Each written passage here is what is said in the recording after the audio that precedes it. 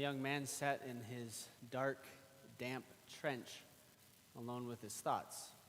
It had been a peaceful day. There hadn't been any artillery fire that day, thankfully. And he's hoping that the night will pass the same way because it's Christmas night, 1914, the first Christmas of World War I. And as he's alone with his thoughts, he's thinking about Christmas back home, the people he wishes he could be with, his family. He's thinking about his nieces and nephews that he'd love to be playing with. He's thinking about the presents under the tree, his favorite food on the table. And here he is in a dark, damp, cold trench. At one point, he hears the voice of somebody singing in a language he doesn't speak. Stille Nacht, heilige Nacht. He recognizes the tune. Soon he hears many other German voices joining as the men in the German trench across the field are singing Silent Night on Christmas. The song ends, there's maybe a little applause in that trench. And then someone in his own trench starts singing Silent Night in English. Silent night, holy night. Other men join in.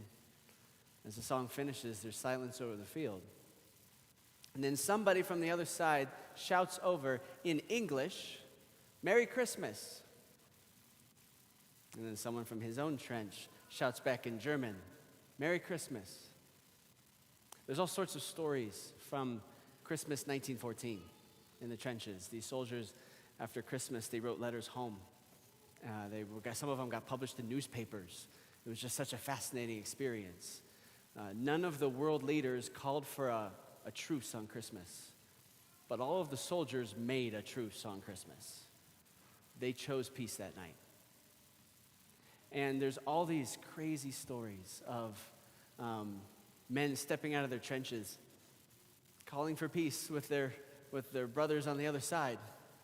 And they would exchange autographs, they would exchange cigarettes, they'd exchange chocolate. There's even rumor of a soccer game happening somewhere along the front line.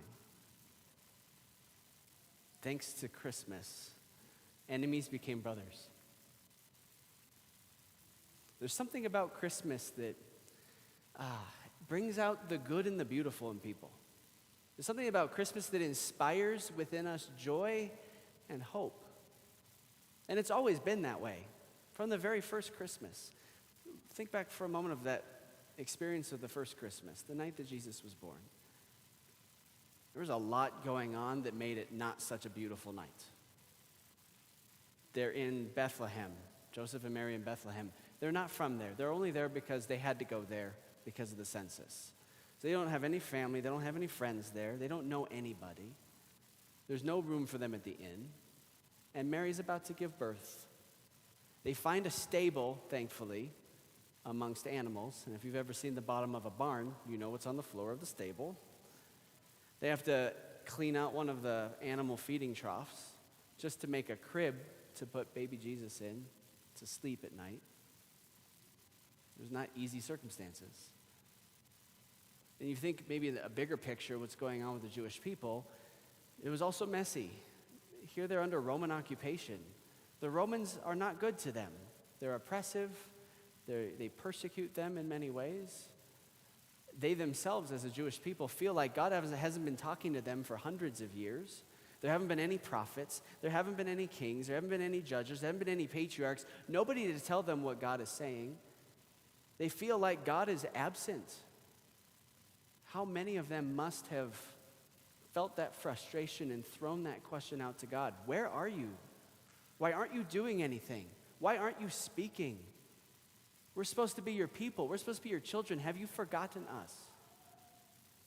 Hundreds of years of silence from God are broken on Christmas night at the first cry of baby Jesus. Now, the first cry of any child is special. It's beautiful.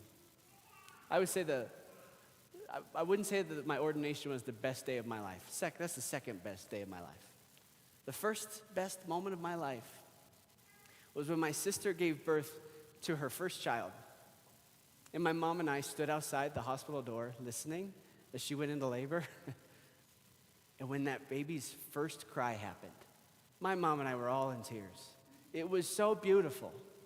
Now, I understand for the baby, this was a rude awakening to a very uncomfortable world. But to us, it was like music. It was more beautiful than Silent Night over the trenches in the middle of the war. It was beautiful. So there's something already special about the first cry of a child, but Jesus wasn't just any child. Jesus was divine. This is the voice of God speaking, who had seemed to be silent for so long. This is the voice of the one who will someday teach in the temple. He will someday teach on the mountain. He'll teach from Peter's boat. Someday he's going to heal the lepers. He's going to give sight to the blind. He's going to raise the dead. He himself is going to suffer and die. He's going to rise from the dead for us. He forgives our sins. He offers us new life. He opens up heaven for us so that we can be in God's kingdom where there is no suffering, no pain, no death. Jesus' cry is the cry that changes the world. Jesus' cry is the reminder that God is with us. The gospel says that Jesus will be called Emmanuel, this title that means God with us. God is with us. It's not just a platitude, a nice thing that we say to somebody when they're going through some tough times. It really is true. God actually is with us. And maybe it feels like we've been in the trenches in 2020. Maybe we feel like we've been fighting for our health, for our relationships, for our life, for our job. We've been fighting for our relationship with God.